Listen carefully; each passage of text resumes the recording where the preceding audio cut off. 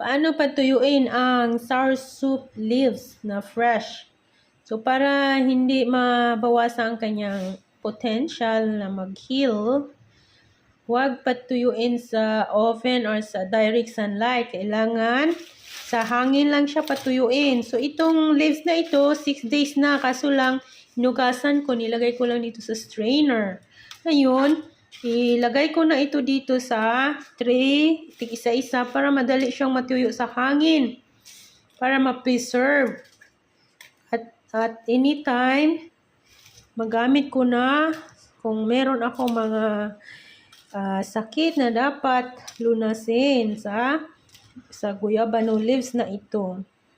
So, ito lang hanggang matuyo lang siya dyan. Pag matuyo na, ibalot na siya ng by portion at itago ng maayos para ma-preserve.